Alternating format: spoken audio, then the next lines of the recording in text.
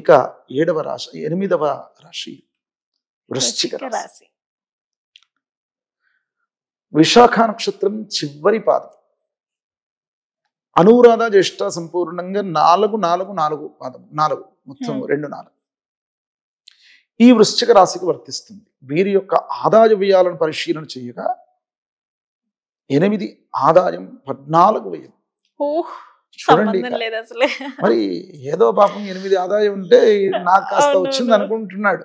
అవును. కానీ లేదురా, ఇంతకంటే మీకు ముందుంది ముసళ్ళ పండుగ, ఇంకా డబల్ ఉంది పోయింది అసలు. వచ్చింది కాదురా, 4 అంతలు పోతుంది, 2 అంతలు పోతుంది నీకు. మరి రాజపూజ్యమానాలు పోతే పోయిందిలే, మరి అక్కడ ఏమైనా పేరు దక్కింది అనుకుంటే 4 రాజపూజ్యము అయితే 5 అవమానమైంది. అక్కడ కూడా ఇబ్బందే పాపం. అక్కడ కూడా చాలా ఇబ్బంది. మరి ఈ రాశిలో ఉన్నటువంటి వారు ఇంకొక విషయాన్ని చెప్పవచ్చు. సప్తమంలో ఇది పోయినా కానీ సప్తమంలో బృహస్పతి మారుతూ ఉన్నాడు. రాజకీయంలో ఉన్నటువంటి వారికి వీరికి సప్తమ బృహస్పతి కాబట్టి కొన్ని ఇబ్బందులు పోతాయి. మంచి సత్ఫలితాలను పొందడానికి అవకాశం ఉంటుంది. ఓకే. ఈ రాశి వారికి ఎప్పుడూ సత్ఫలితం కలుగుతుంది. మే తర్వాత ఎన్నికలుంటే మీరు మంచి ఫలితం కలుగుతుంది. మే లోపల అయితే అయినటువంటి ఎన్నికలు ఏవైతే ఉన్నారో నామినేషన్లు కూడా వీలైతే తర్వాత వేయడమే మంచిది. ఓకే.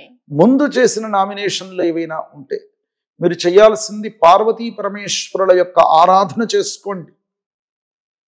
ఇంకొక అంశం కూడా, వృశ్చిక రాశిలో ఉన్నటువంటి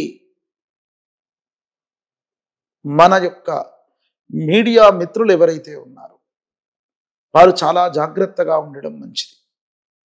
ప్రతి వారికి వర్తించే అంశం ప్రయాణాదులు చేయకూడదనే చెప్తారు. అవును. ప్రయాణాదుల ద్వారా చాలామంది కొన్ని ఇబ్బందులు పడుతూ ఉన్నారు. యాత్రలకు, తీర్థయాత్రలకు, అనారోగ్య సమస్యలు, యాక్సిడెంట్ సమస్యలు ఇట్లాంటివి. ఈ యొక్క వృశ్చిక రాశిలో ఉన్నటువంటి వారికి ఈ సంవత్సరం కొంత అట్లాంటి ఇబ్బందులు రావడానికి అవకాశం ఉంది. మీరు పెద్ద ప్రయాణాలు మానుకోండి ఫస్ట్. ఒక్కవేళ ఖచ్చితంగా చేయాల్సిన స్థితి వస్తే మీరు నడపడం పనికిరాదు. వాహనాలు ఖచ్చితంగా డ్రైవర్ని పెట్టుకొని వెళ్ళండి. చతుర్థంలో శనీశ్వరుడు ఉన్నాడు. కొన్ని ఇబ్బందులు, మానసిక ఇబ్బందులు, ప్రయాణ ఇబ్బందులు ఇట్లాంటివన్నీ కూడా కలగడానికి అవకాశం. ఈ రాశివారు చేయాల్సినటువంటి ఇంకొకటి ఏమిటి అంటే, పంచమంలో రాహు ఉన్నాడు. సంతానంతో ఇబ్బందులు కలగడానికి అవకాశము. మీ యొక్క పుత్రులు విదేశాలకు వెళ్ళుతారు. వెళ్ళిన మీకు స్థితి ఉంటే మీరు కూడా పేరెంట్స్ వెళ్ళండి. ఈ కాలంలో కొంతమంది వెళ్తున్నారు, వెళ్ళి అక్కడ కూడా ఉంటున్నారు. ఈ వృశ్చిక రాశిలో ఉన్నటువంటి వారికి అది నేను చెప్తా. పంచమంలో మీ పిల్లవాడి యొక్క స్థితిలో రాహు ఉన్నాడు కాబట్టి వాడు వెళ్ళక తప్పదు. అది కూడా యోగం ఉంటుంది. మీరు వెంట వెళ్ళండి, వారు బాగోగులు చూసుకోండి. ఒకవేళ ఉన్నతంగా ఇక్కడ ఉంటే కూడా వారిని ఎక్కువ మానిటరైజ్ చేయడం మంచిది. మీ పిల్లల పైన మీ యొక్క దృష్టి, వృత్తి, వ్యాపారాదులు అవన్నీ కూడా పక్కన పెట్టేసి మొట్టమొదట పిల్లలను చూసుకోండి. ఇబ్బందులు పోతాయి.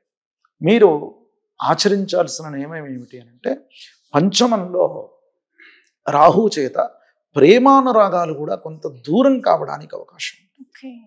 కనుక వీరికి ఏం చెప్పాను కదా ఇందాక, పార్వతీ పరమేశ్వరుల ఆరాధన చేసుకోమని చెప్పాను కదా. ఒక్కరే కాదు, అందరికీ కూడా ఆ యొక్క విషయం వర్తిస్తుంది.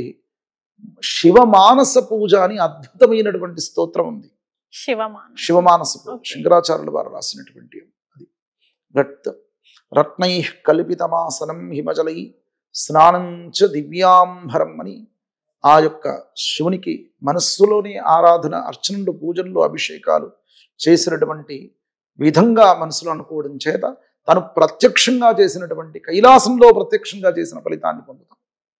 ఆ విధమైన ఆరాధన, ఆ స్తోత్రాన్ని చదువుకుని అద్భుత ఫలితాన్ని, మంచి శుభకరమైనటువంటి జీవితాన్ని ఈ యొక్క క్రోధీనామ సంవత్సరంలో క్రోధాలు లేకుండా గడుపుకోండి.